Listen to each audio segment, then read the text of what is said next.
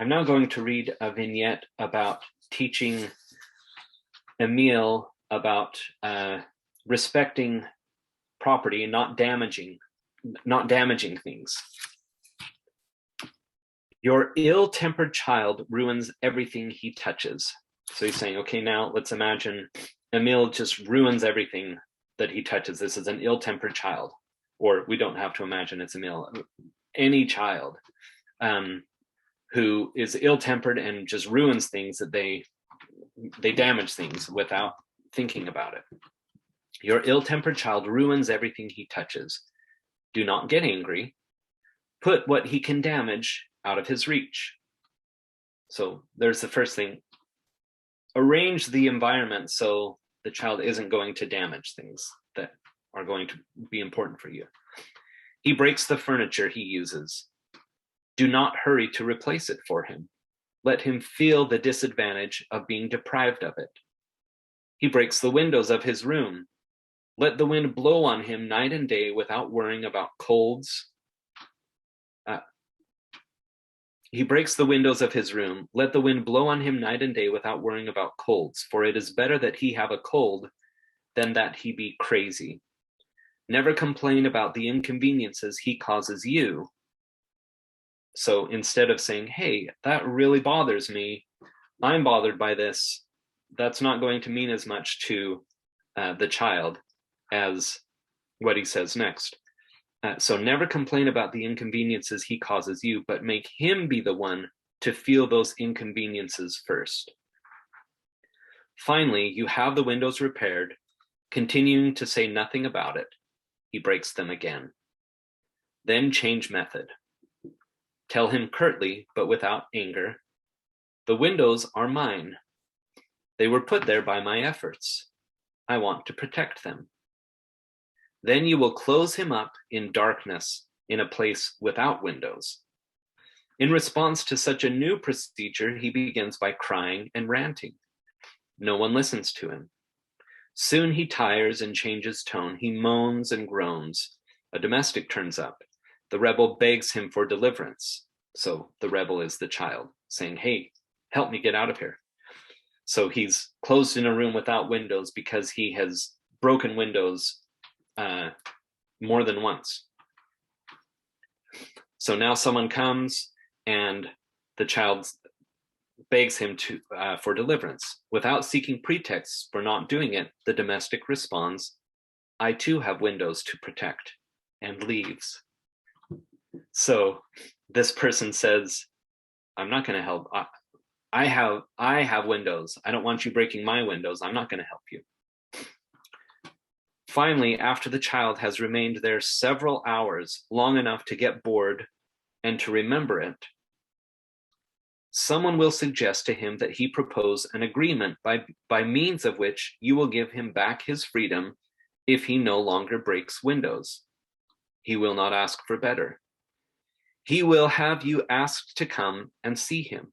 So someone comes and says, hey, why don't you make a deal that you agree never to break windows if you can be freed from this room? And so the child should, at that point, should understand, okay, yeah, that's a good deal. Let's do that. And so he'll call for the instructor, the governor, or the teacher to come to figure out an arrangement. You will come, he will make you his proposition, and you will accept it on the instant, saying to him, that is very well thought out. We will both be gainers by it. Why didn't you have this good idea sooner? And then, without asking that he declare or confirm his promise, you will embrace him with joy and take him to his room right away, regarding this agreement as sacred and inviolable, as if an oath had been given to it. What idea do you think he will get from this procedure about the faith of commitments and their utility? I am mistaken if there is a single child on earth not already spoiled who would be proof against this conduct and take it into his head after that to break a window intentionally. Follow all the links of this chain.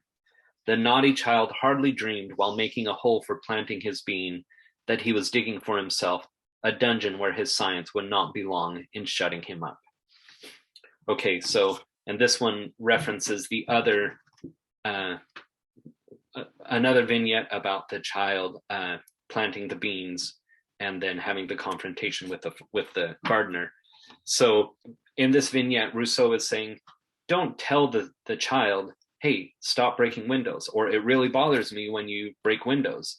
Instead, make the child feel the consequences, the negative consequences of these actions. So what he suggests is, if he does it twice, you put him in a room where there are no windows and he can't go out to a room where there are windows because he can't be trusted with windows.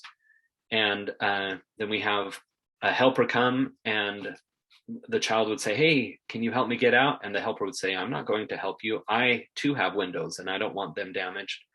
And then someone else can come and say, hey, what if we make an arrangement?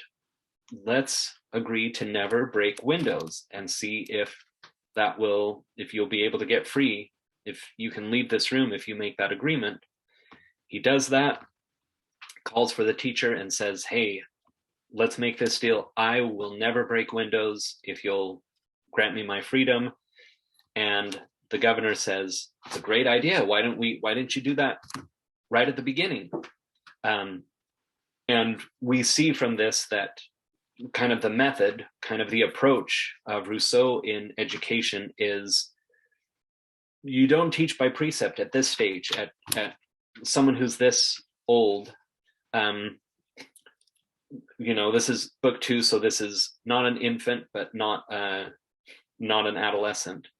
And you don't say, hey, respect property, don't break things. Instead, you help them appreciate the lessons and the values in those things.